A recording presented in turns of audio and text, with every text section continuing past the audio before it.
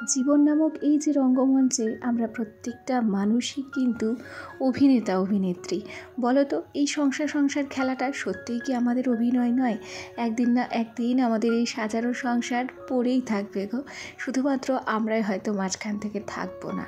তবুও দেখো, ভাবনা চিন্তার দিক থেকে আমরা প্রত্যেকটা মানুষ কিন্তু বহুরূপী। আমরা যে যেরকমভাবে যার সামনে নিজেকে উপস্থাপন করি, সেই মানুষটি কিন্তু আমাদেরকে সেরকমভাবেই চিনতে শুরু করে। যাই হোক, অনেক গল্প অনেক কথা হবে তোমাদের সঙ্গে। চলো তার আগে নিজের পরিচয়টা দিয়ে নিই। নমস্কার, কেমন আছো সবাই? আশা করছি সবাই ভালো আছো, আর আমরাও বেশ ভালো আছি। আমি রিমি। আজকে আমার আরও একটি নতুন ব্লগে তোমাদের সবাইকে অনেক অনেক স্বাগত জানাই। দেখো, প্রকৃতিও যে আমাদের সঙ্গে কীরকম খেলা খেলে তা আমরা কিন্তু কেউই বুঝতে পারি না।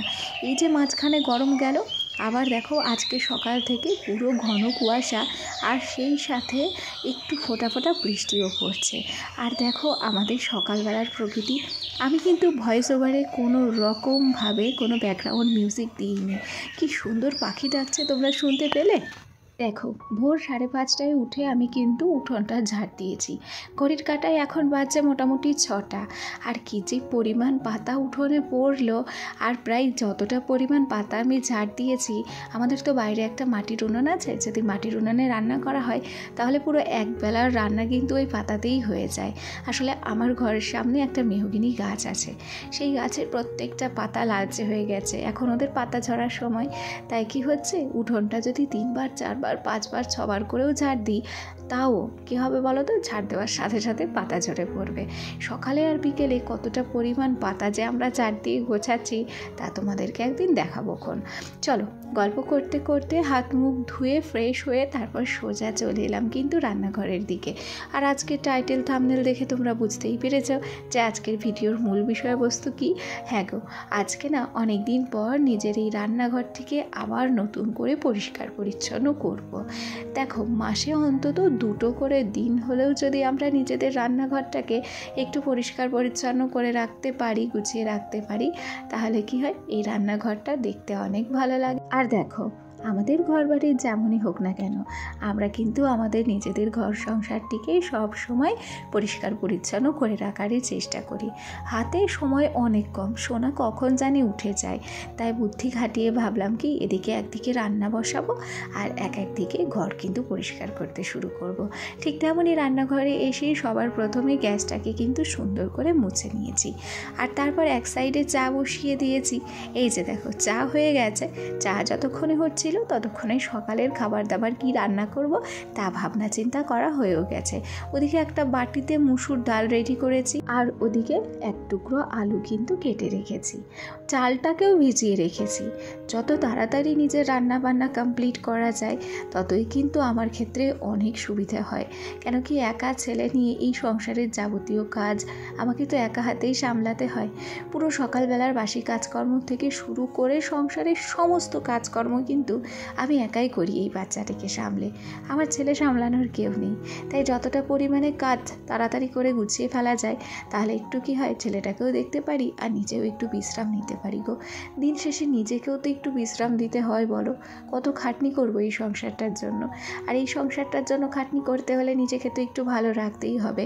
আমি যদি নিজেই ভালো না থাকি তাহলে সংসারটা চালাবে কে? আমার তো আর কোনো হেল্পিং হ্যান্ড নেই, তাই না? যাকে গল্প করতে করতে সকালের যে থালা বাসনগুলো ছিল সেগুলোকে আমি ধুয়ে সিঁড়ির সামনে বসে বসে জল ঝরাতে দিয়েছি। জল ঝরাতে দিতে গিয়ে আমার নাইটি প্রায় অর্ধেক ভিজেই গেছে। আর তারপর এই যে আজকে একটু কুমড়ো ভাজা করব ভেবেছিলাম, তাই কুমড়োগুলোকে চাক চাক করে ভেজে নিলাম। কুমড়োগুলো ভাজা বসিয়ে দিয়েছি। যতক্ষণে এখানে দাঁড়িয়ে থাকবো ততক্ষণে ভাবলাম যে আমার এই ছোট্ট মশলার জারগুলো সুন্দর করে মুছে নিই। সোনা এখনও পর্যন্ত ঘুমোচ্ছে, ও ওঠেনি। ও না উঠতে যতটা পরিমাণ কাজ করে সারতে পারি ততটাই করব। তারপর সোনা উঠে গেলে ওকে খাইয়ে দাইয়ে দেব। সকালবেলা আজকে ওকে আর পড়াতে আসবে না, বিকেলবেলা পড়াতে আসবে। তাই সকাল দিকটা ও বেশি সমস্যা করবে, মানে বেশি দুষ্টুমি করবে। সকালটা সামলে যখনই সকাল 9:30 বেজে যাবে, 9:30টার সময় ওকে নিয়ে তারপর সোজা চলে যাব অঙ্গনবাড়ি সেন্টারে। ঘড়ির কাঁটায় এখন ওই 7:10 মতো বাজছে। 7টার সময় টাইম কলের জল দেয়। তা টাইম কলের জলটুকু বালতিতে ভরে নিলাম, তারপর সোজা চলে যাচ্ছি ঘরে। এই টাইম কলের 1 বালতি জল যদি ভরে ঘরে রাখতে পারি তাহলে রান্নাবান্নার ক্ষেত্রে আমার একটু সুবিধা হয়, ওই বারবার বাইরে আসতে হয় না আর কি, তাছাড়া বেশি কিছুই নয়। যাকে গল্প করতে করতে দেখো কুমড়ো ভাজাটা বসিয়ে দিয়েছি। কুমড়ো ভাজা আমার যে খুব একটা ভালো লাগে তা কিন্তু নয়, জানো তো, তবে আমার ছেলেটা খাবে তো ওর জন্যই ভাজা। এই সংসারে এখন আমাদের নিজেদের জন্য তেমন কিছু করতে হয় না, যতটা যা করতে হয় ছেলের জন্য, মানে ছেলের ভাবনা চিন্তা করেই করতে হয়। ও কোনটা ভালো খাবে, ওর কোনটা ভালো লাগবে, সেই চিন্তা ভাবনা থেকে রান্নাবান্নাগুলো করা, আর ওর যেটা ভালো লাগবে সেটা রান্না করতেও আমার খুব ভালো লাগে। ওদিকে থেকে কি হয় জানো তো, আমার বর যখন আসে তখন কিন্তু আমি আমার বরের পছন্দ মতনই রান্না করি, আর আমার রান্না করতে বেশ ভালোও লাগে। কোন জিনিসটা ওরা ভালো খাবে, কোন জিনিসটা ওদের ভালো লাগবে, সেই চিন্তা ভাবনা করে রান্না বান্না করতেও কিন্তু আমার বেশ মজা লাগে বলতে পারো। চলো রান্না বসিয়ে দিয়েছি, গল্প করতে করতে কিন্তু মোটামুটিভাবে আমি রান্নাঘরটাকে সুন্দর করে পরিষ্কার পরিচ্ছন্ন করে রেখেছি। আজকে মুসুর ডালটা একটু পেঁয়াজ রসুন আর একটু জিরে ফোড়ন দিয়ে করেছি, 5 ফোড়ন খুঁজে পাওয়া গেল না, নাহলে মুসুরির ডাল 5 ফোড়ন দিয়ে খেতে না বেশ ভালো লাগে। এই তো দেখো আমার মুসুর ডালের কালারটা কিন্তু আজকে বেশ ভালো হয়েছে, তাই না? যে রান্নায় কালার ভালো হয় সেই রান্না শুনেছি খেতেও ভালো হয়, আর আমি খেয়ে দিয়েই ভয়েস ওভার দিচ্ছি। সত্যি মুসুর ডালটা কিন্তু খুব সুন্দর হয়েছিল। যাকে চলো গতকালকে 2টো কমেন্টের উত্তর দিই। এর আগের দিন একটা দিদিভাই কমেন্ট করেছে যে তোমার প্রত্যেক দিন ভিডিও দেখি, তবে পুজো দিতে দেখি না, তুমি কি পুজো দাও না? দেখো বাচ্চা কাচ্চা নিয়ে সমস্ত কাজ যেহেতু একা হাতে করতে হয়, তাই সবসময় সব কিছু ভিডিও করা সম্ভব হয় না। আমারও একটা ঠাকুর ঘর আছে, আমি প্রত্যেক দিন সেখানে পুজো দিই, সন্ধে, তবে সব দিন ভিডিওতে সেটা তোমাদের সঙ্গে শেয়ার করা হয় না। পরে কোনো দিন আমার পুজো দেওয়ার ভিডিও অবশ্যই করে কিন্তু তোমাদের সঙ্গে শেয়ার করব। আরও একটা দিদিভাই কমেন্ট করেছিলে যে তোমার বাড়ি কোথায়, তো সেই দিদিভাইটাকে বলবো আমি নাম ভুলে গেছি তোমার, আমার বাড়ি হচ্ছে নদিয়া জেলায়। তো যাই হোক দেখো গল্প করতে করতে মিটকেসের উপরটা কিন্তু আমি সুন্দর করে গুছিয়ে নিয়েছি। দেখো আমার রান্নাঘরটা পাটকাঠির হলে কি হবে, সেটাকে কিন্তু এই যে কালারিং পেপার দিয়ে আমি নিজের মনের মতো করে সাজিয়ে গুছিয়ে নিয়েছি। যতটা জায়গা সাজিয়ে রাখা যায় আমি চেষ্টা করি এই পাটকাঠির রান্নাঘরটাকে ততটাই সুন্দরভাবে সাজিয়ে গুছিয়ে রাখার জন্য।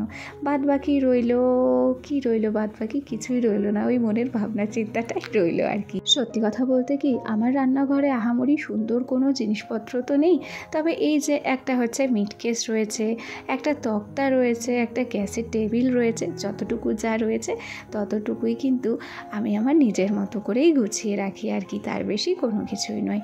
গল্প করতে করতে মিটকেসটাকে আমি সুন্দর করে মুছে নিচ্ছি, একটা ভেজা কাপড়ের সাহায্যেই মুছছি। প্রায় 20 দিন বাড়ি ছিলাম না তো, তাই মিটকেসটা কিন্তু অনেকটা হলেও নোংরা হয়েছে, আর সেটাকে বেশ ভালো করে প্রেশার দিয়েই কিন্তু তুলতে হয়েছে। চলো গল্প কথা কত হচ্ছে, তার মাঝখানে আসল কথাটা বলতেই ভুলে যাচ্ছি, যেটা না বললেই নয়। আমার যে সমস্ত বন্ধুরা প্রথম থেকে আমার সাথে আছো, পাশে আছো, তোমাদেরকে অসংখ্য ধন্যবাদ জানাচ্ছি। আর আমার যে সমস্ত নতুন বন্ধুরা আজকে আমার ভিডিওটি প্রথম দেখছো, যদি কোনো কারণে আমার এই ছোট্ট ভিডিওটি তোমাদের ভালো লেগে থাকে তাহলে অবশ্যই করে একটা লাইক করো, কমেন্ট করো। আর হ্যাঁ, তোমরা যদি চাও তাহলে আমার এই ছোট্ট পরিবারের একজন মিষ্টি সদস্য হয়ে আমার পাশে থেকে যেও। গল্প করতে করতে তক্তাটাকে আমি বেশ ভালো করে গুছিয়ে নিলাম, তার আগে কিন্তু আমি মুছেও নিয়েছি। তারপর ডেকোরেট করেছি একটা 2টো মানি প্ল্যান্ট দিয়ে। জানো তো ঘরে কোনো কিছু না থাকলেও যদি একটু মানি প্ল্যান্ট থাকে না, সেই ঘরের সৌন্দর্য কিন্তু আরও বেড়ে যায়। সে কথা বলতে বলতে আমার স্টিলের যে র্যাকটা যেখানে আমার থালা বাসন সাজানো থাকে সেটাও একটু তোমাদেরকে ঘুরিয়ে ফিরিয়ে দেখিয়ে দিলাম।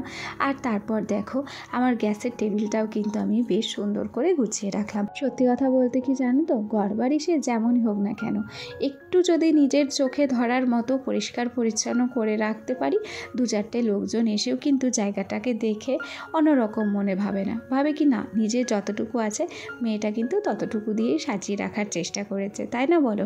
আর নিজের ঘর নিজের বাড়ি যেমনই হোক সেটা তো সবার কাছেই অনেক প্রিয়, আমার কাছেও ঠিক আমার এই পাটকাঠির রান্নাঘরটা অনেক প্রিয়। চলো তাহলে আজকের ভিডিওটি এখানেই শেষ করছি, টাটা সবাইকে।